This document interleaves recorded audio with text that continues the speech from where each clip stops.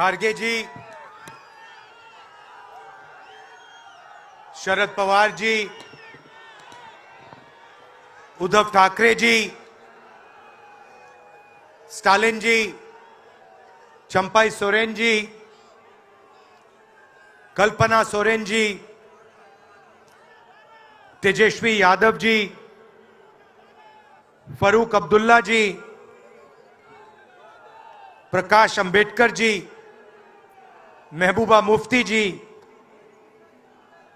दीपंकर भट्टाचार्य जी, सैयद सादिक अली शेहब दंगल जी, stage पे India alliance के वरिष्ठ नेता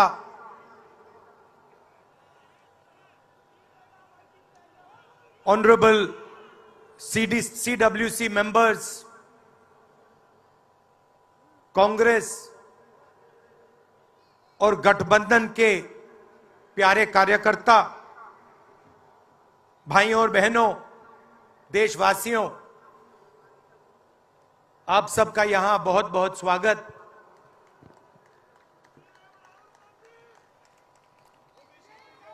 पिछले साल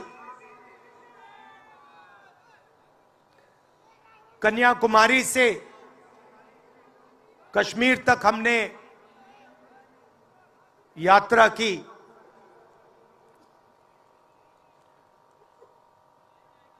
यात्रा करनी पड़ी। अगर मैं अपने आप से पूछता 2004 में, 2010 में, 2014 में कि मुझे 4000 किलोमीटर कन्याकुमारी से कश्मीर चलना पड़ेगा, मैं ऐसी बात सोच भी नहीं सकता था।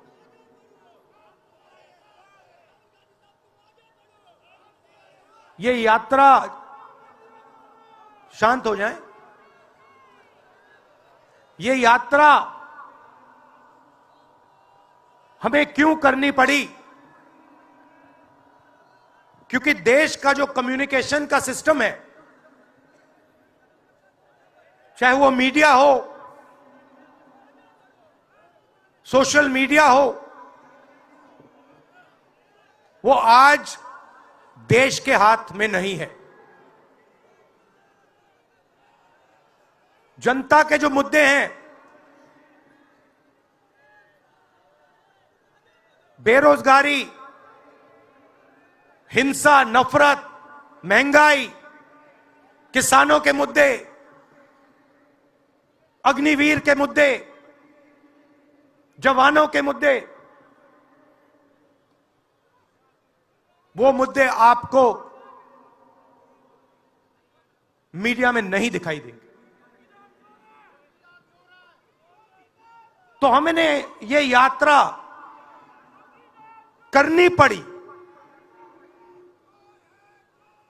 क्योंकि और कोई चारा नहीं था। देश के ध्यान को पकड़ने के लिए विपक्ष को 4000 किलोमीटर, और सिर्फ राहुल गांधी नहीं चला, यह गलतफहमी में मत रहिए कि ये राहुल गांधी चला है। सब पार्टियों के, सब विपक्ष के पार्टियों के लोग चले, सब नेता आए, हिंदुस्तान का पूरा विपक्ष इन यात्राओं में शामिल हुआ। शरद पवार जी आए, उद्धव जी आए, तेजस्वी आए।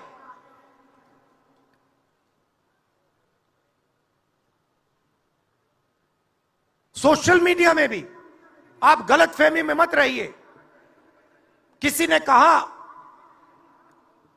कि सोशल मीडिया एक रास्ता है, सोशल मीडिया रास्ता नहीं है। उस पर भी कंट्रोल है। अमेरिका की कंपनियों पर दबाव है।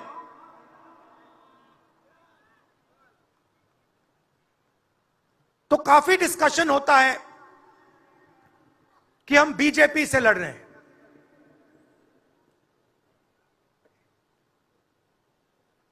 लोग सोचते हैं कि हम सब एक राजनीतिक दल के खिलाफ लड़ रहे हैं। देश भी सोचता है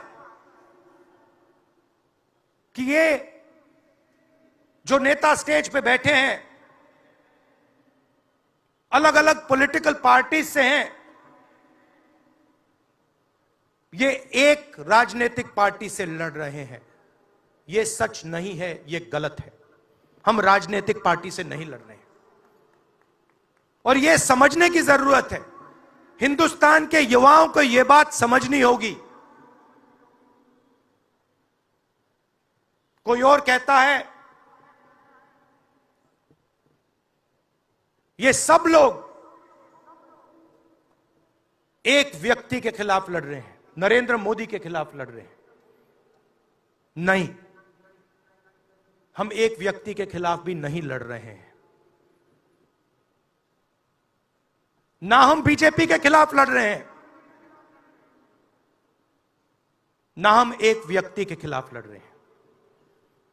एक व्यक्ति को चेहरा बनाकर ऊपर डाल रखा है।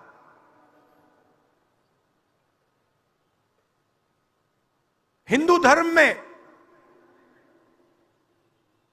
शक्ति शब्द होता है।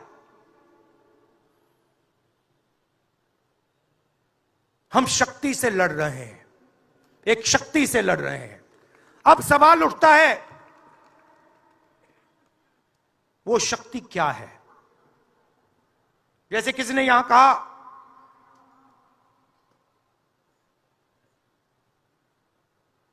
राजा की आत्मा ईवीएम में है। सही है, सही है। राजा की आत्मा ईवीएम में है।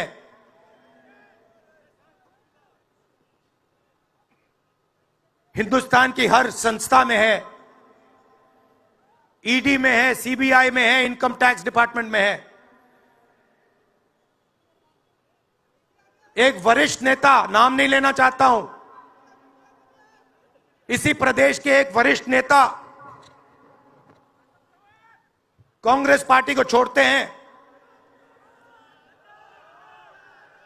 और रो के कहते हैं, मेरी मां से रो के कहते हैं कि सोनिया जी मुझे शर्म आ रही है, मेरे में इन लोगों से, इस शक्ति से लड़ने की हिम्मत नहीं है, मैं जेल नहीं जाना चाहता हूं। और ये एक नहीं है, ऐसे हजारों लोग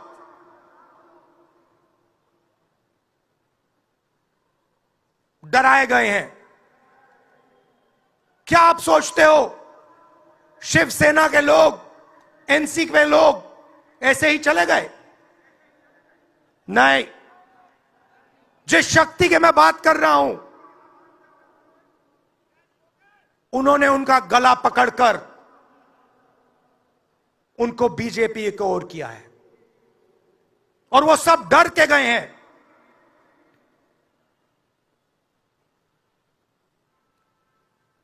चार 4,000 किलोमीटर चला, उसके बाद 6,000 किलोमीटर मणिपुर से महाराष्ट्र, मुंबई, धारावी।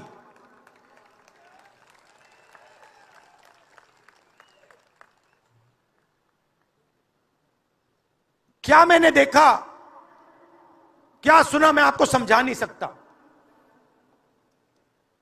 शब्दों में नहीं बता सकता मैं आपको। बोल रहा हूं तो बात याद आई, मेरे पास एक युवा आता है, जीप पर कूदता है, सिक्योरिटी वाले उसको मारते हैं, दबाकर मारते हैं, तब भी वो आता है, हाथ पकड़ता है, आंख में आंसू, मुझे कहता है राहुल जी मैंने 3 साल हर रोज सुबह रनिंग की, पुलअप्स की, पुशअप की, दंड बैठक, सब कुछ मैंने किया। मेरे दिल में देशभक्ति थी। मैं चाहता था कि मैं लद्दाख में जाकर, ठंड में जाकर, ठंड में कांपूं, देश के दुश्मनों के सामने कांपूं, और एक दिन अगर मौका बने तो उनकी गोली भी खाऊं। यह मैंने सोचा था। राहुल जी, अग्निवीर लागू कर दिया। मेरे देश ने मुझे धोखा दिया है। नहीं, तुम्हारे देश ने तुम्हें धोखा नहीं दिया, तुम्हारी सेना ने तुम्हें धोखा नहीं दिया, उसी शक्ति ने तुम्हें धोखा दिया है। नरेंद्र मोदी भाइयों और बहनों सिर्फ मास्क है, मुखौटा है। जैसे ये बॉलीवुड के एक्टर हैं, उनको रोल दिया गया है कि भैया आज सुबह आपको यह करना है, कल आपको यह बोलना है, परसों आप यह करोगे, सुबह उठ के समुद्र के नीचे जाओ, चलो सी प्लेन में उड़ो। 56 इंच की छाती नहीं है, खोखला व्यक्ति है।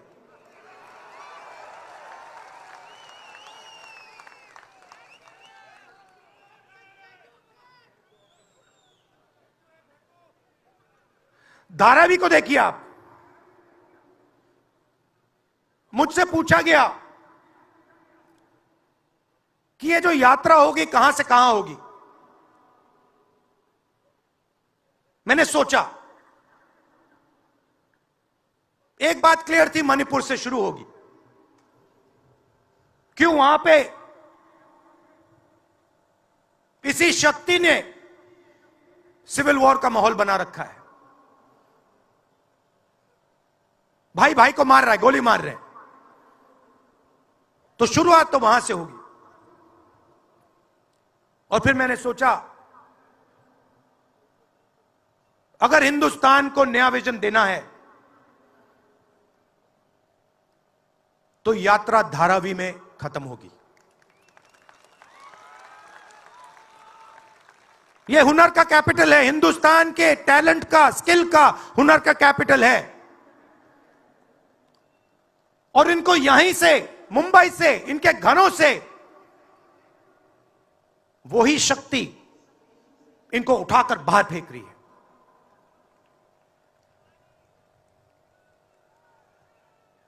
एक साथ मिलकर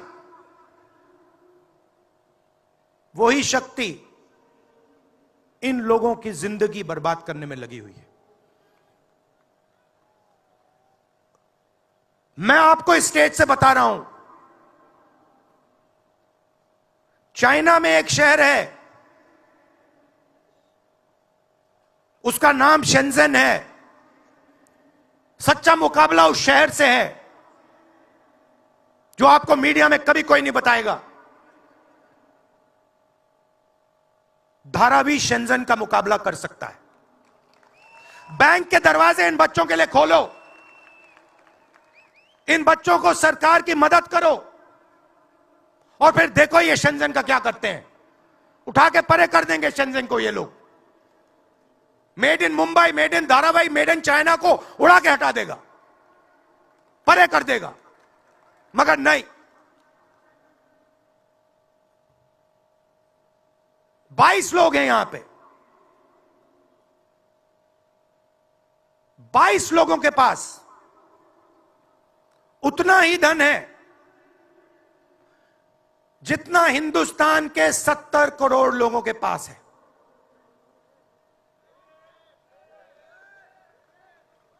हिंदुस्तान में इंटरनेशनल एयरपोर्ट खुलवाने के लिए साल लग जाते हैं। 10 दिन में शादी के लिए इंटरनेशनल एयरपोर्ट खुल जाता है। वो ठीक है, कोई बड़ी बात नहीं है, अगर 10 दिन में शादी के लिए खुल जाता है वो ठीक है, करना है करो,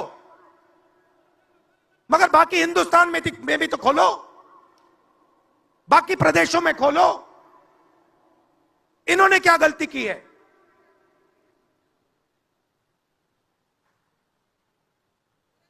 पचास 50% हिंदुस्तान की आबादी पिछड़े वर्ग की है, 15% दलित, 8% आदिवासी, 15% माइनॉरिटी, 5% 7% गरीब जनरल कास्ट के लोग। मीडिया के मालिकों की लिस्ट निकालिए, नाम दिखा दीजिए मुझे।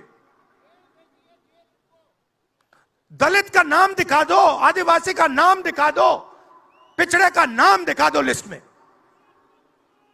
एक नहीं मिलेगा आपको। मैं ढूंढ रहा हूं, महीनों से ढूंढ रहा हूं।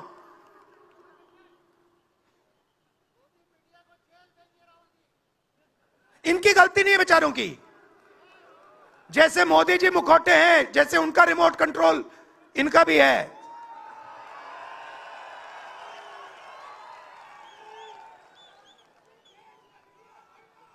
मीडिया में कोई नहीं।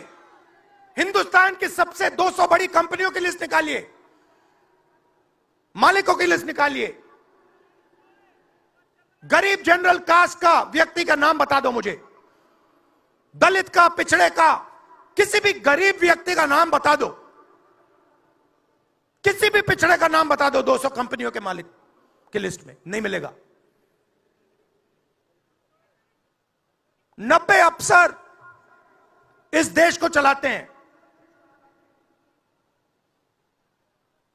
मैंने सिस्टम अंदर से देखा है, मैं समझता हूं सिस्टम को, इसलिए मोदी जी मुझसे डरते हैं। सब कुछ देखा है मैंने, सब समझता हूं।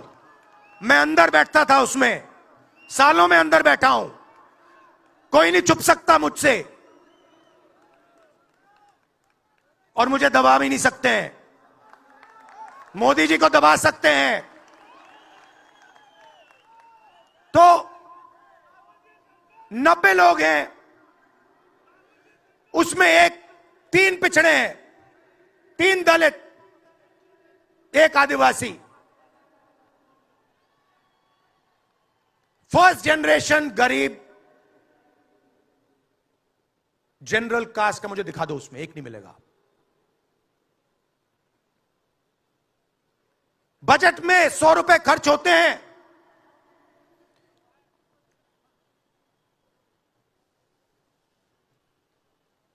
पिछड़े, दलित, आदिवासी सबको मिला दो, 6 रुपए का निर्णय लेते हैं। पॉलिसी कहां बनती है? पॉलिसी ये 90 लोग बनाते हैं, उसमें 200-300 और जोड़ दो,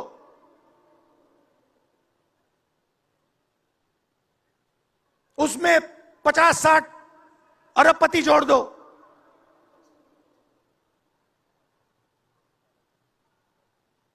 यह है सच्ची शक्ति जो हिंदुस्तान को चला रहा है। और इससे आप कोई नहीं बचेगा, आप में से कोई नहीं बचने वाला। यहां किसी ने ईवीएम की बात की, मैं आपको बता रहा हूं, ईवीएम के बिना नरेंद्र मोदी चुनाव नहीं जीत सकता है। इलेक्शन कमीशन से हमने कहा कि एक काम कीजिए, विपक्ष की पार्टी को ये मशीनें दिखा दीजिए, खोल के हमें दिखा दीजिए ये कैसे चलती हैं, हमारे एक्सपर्ट्स को दिखा दीजिए। इलेक्शन कमीशन नहीं दिखाता। फिर हमने कहा देखिए, इसमें से कागज निकलता है, वोट मशीन में नहीं है, वोट कागज में है। ठीक है, आप मशीन चलाइए, मगर कागज की भी गिनती कर दीजिए। इलेक्शन कमीशन कहता है नहीं, कागज की गिनती नहीं होगी। क्यों नहीं होगी? कैसे नहीं होगी? सिस्टम नहीं चाहता कि ईवीएम की गिनती हो जाए। क्यों? क्योंकि यह सिस्टम आपके धन को चोरी करने का सिस्टम है। ये आप लोग जीएसटी देते हो, उतनी ही जीएसटी देते हो जितना अदानी देता है। 18% शर्ट पे देते हो, उतनी वो देता है। उसकी आमदनी लाखों करोड़ रुपए, आपकी 50,000 रुपए। और फिर देखो पैसा कहां जाता है। कोई भी स्कीम देख लो, फसल बीमा योजना देखो, 35,000 करोड़ रुपए 16 कंपनियों को जाता है। उसमें आपको एक दलित नहीं मिलेगा, एक पिछड़ा नहीं मिलेगा, एक गरीब नहीं मिलेगा। कानून ये 90 लोग बनाते हैं। पैसा जाता है 16 कंपनियों में। और जब हमारे किसान कहते हैं ओला गिर गया, बारिश हो गई, बर्बाद हो गए, वो कहते हैं भैया नहीं, तुम्हें मुआवजा नहीं मिलेगा, ये तुम्हारा है ही नहीं, तुम्हें कैसे मिलेगा, मर जाओ जाके। नरेंद्र मोदी जी का काम आपके ध्यान को भटकाने का है।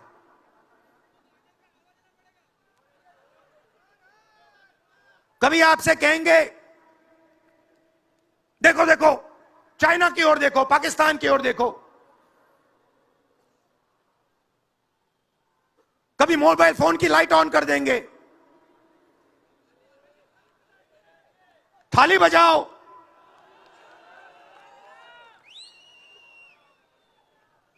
कभी कहेंगे देखो मेरा अपमान कर दिया,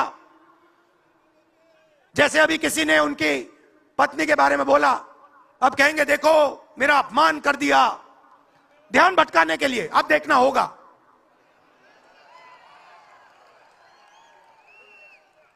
मगर यात्रा में यह सब साफ दिख जाता है, दर्द दिख जाता है, दुख दिख जाता है।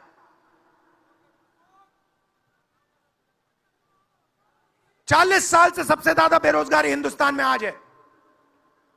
मीडिया में आपको एक मिनट के लिए नहीं दिखता।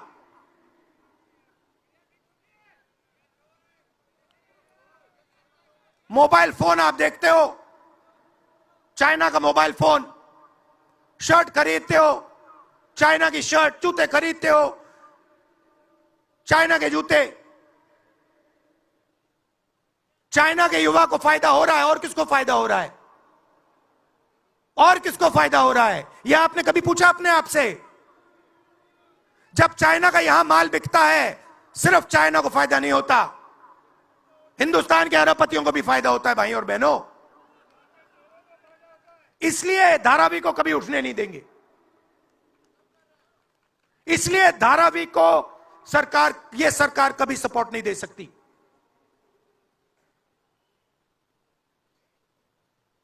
पूरा सिस्टम कंट्रोल में है।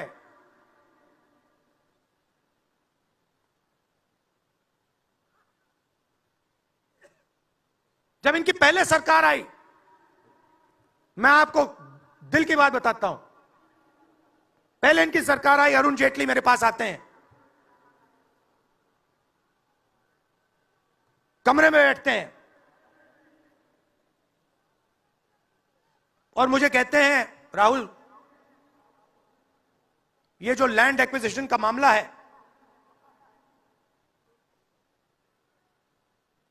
तुम इस पर मत बोलो। क्यों नहीं बोलूं? जनता का मामला है। अगर बोलोगे तो तुम्हारे ऊपर हम केस लगाएंगे।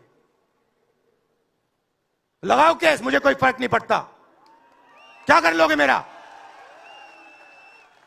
ईडी वाले आए, 50 घंटे बैठा दिया।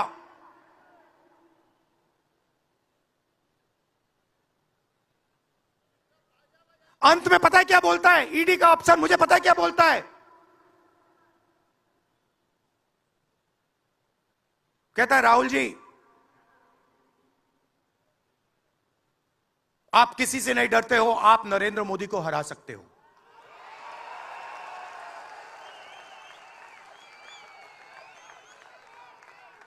ईडी का अफसर बोलता है मुझे।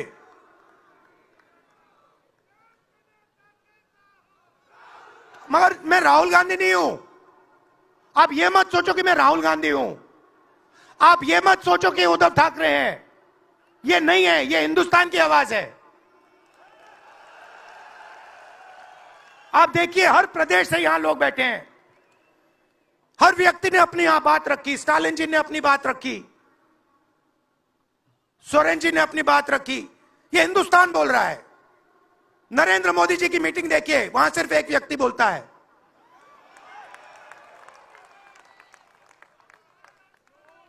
गडकरी जी परे हो जाते हैं, माला के बाहर निकाल देते हैं उनको। इसलिए हमने इसको इंडिया गठबंधन नाम दिया है। ये हिंदुस्तान की रक्षा कर रहा है। ये सब लोग डरे नहीं हैं। ये सब लोग उसी सिस्टम का मुकाबला कर रहे हैं। आज नरेंद्र मोदी के पास भ्रष्टाचार की मोनोपोली है।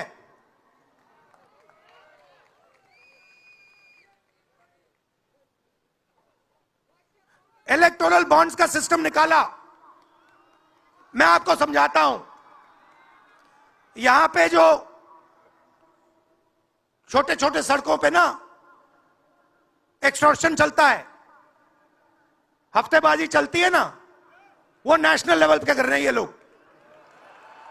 मैं बता देता हूं, 4 तरीके की हो रही है। एक, पहले ये कॉन्ट्रैक्ट देते हैं, सरकार कॉन्ट्रैक्ट देगी और सीधा परसेंटेज लेगी। इलेक्टोरल बॉन्ड देख लीजिए, उसमें साफ है। कंपनी को कॉन्ट्रैक्ट मिलता है, उसके एकदम बाद वो बीजेपी को हफ्ता देना शुरू कर देती है। दूसरा, सीधा एक्सटॉर्शन। ईडी सीबीआई भेज देंगे। जैसे यहां पे मुंबई का एयरपोर्ट इनको चाहिए था, ईडी सीबीआई भेजी, एयरपोर्ट किसी और को पकड़ा दिया। सीधा एक्सटॉर्शन। तीसरा, शेल कंपनी। जैसे यहां भी किसी ने कहा, अंबेडकर जी ने कहा, कंपनी की प्रॉफिट ही नहीं है और उससे ज्यादा पैसा वो बीजेपी को दे रही है। और चौथा, कॉन्ट्रैक्ट देने के पहले पैसा दो, कॉन्ट्रैक्ट लो। देखिए, मैं आपको एक बात कहता हूं, यहां मुंबई में किसी भी गुंडे को आप सीबीआई, ईडी और इनकम टैक्स पकड़ा दो, ठीक है? वो हो रहा है, वो ही हो रहा है। एक व्यक्ति ने इनको पकड़ रखा है, उनके पीछे एक और शक्ति है, वो कह रही है भैया आप देखो हमें ये एयरपोर्ट चाहिए। आपका एयरपोर्ट मुंबई का एयरपोर्ट है ना, आपने तो देखा। सीबीआई की इंक्वायरी हुई और उसके एकदम बाद मुंबई एयरपोर्ट अदानी जी को मिल गया। तो मैं आपसे कह रहा हूं कि इससे आपका नुकसान हो रहा है। नोटबंदी की, जीएसटी लागू की, जो हिंदुस्तान का रोजगार का सिस्टम था उसको खत्म कर दिया। चाहते हैं कि यहां सिर्फ 20-25 कंपनियों का राज हो। चाहते हैं कि ये जब छोटा धंधा चलाते हैं, सब्जी बेचते हैं, छोटे छोटे दुकानें चलाते हैं, चाहते हैं ये सब खत्म हो जाए। और एक के बाद एक इनको खत्म कर रहे हैं। स्मॉल और मीडियम मैन्युफैक्चरिंग जो है उसको सबको खत्म कर रहे हैं। यही लोग तो चाइना का मुकाबला कर सकते हैं। जो स्मॉल और मीडियम इंडस्ट्री है वही तो चाइना का मुकाबला करेगी, वही तो देश को रोजगार देगी। उस नींव को उड़ा रहे हैं। और आपको खड़ा होना पड़ेगा। आपके बिना काम नहीं बनने वाला। आप हो भारत माता, आप सब भारत माता हो, और आपकी जिम्मेदारी बनती है, हमारी जिम्मेदारी है, मगर देश के युवाओं की भी जिम्मेदारी बनती है।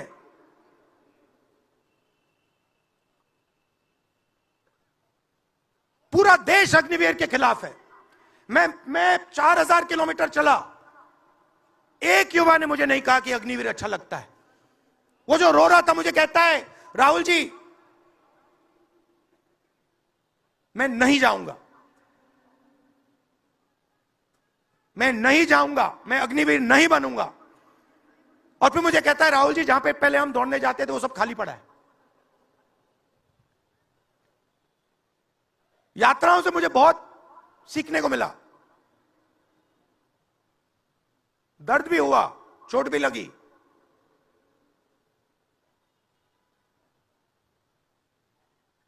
मगर जो प्यार मिला, दिल से जो प्यार मिला,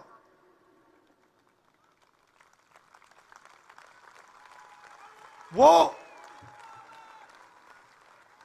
उसका कोई मुकाबला ही नहीं है। मैं कह नहीं, बता ही नहीं, समझा नहीं सकता आपको। और जो भी आप मुझसे करवाना चाहो, जहां भी आप मुझे बुलाना चाहो, मैं आपके लिए और इस देश के लिए हाजिर हूं। यह नफरत का देश नहीं है, यह मोहब्बत का देश है। नफरत जानबूझ के फैलाई जा रही है। नफरत इसलिए फैलाई जा रही है कि आप अपना ध्यान इधर उधर करो और आपके जेब में से आपका पैसा लूटा जाए, छीना जाए।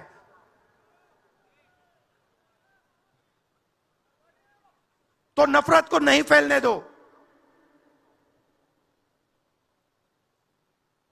जैसे यात्रा से मैसेज निकला, हिंदुस्तान के दिल से मैसेज निकला, नफरत के बाजार में मोहब्बत की दुकान खोलो। ये हमारे सब महापुरुषों ने कहा है। गांधी जी ने कहा, बुद्ध भगवान ने कहा, राम जी ने कहा, यही कहा।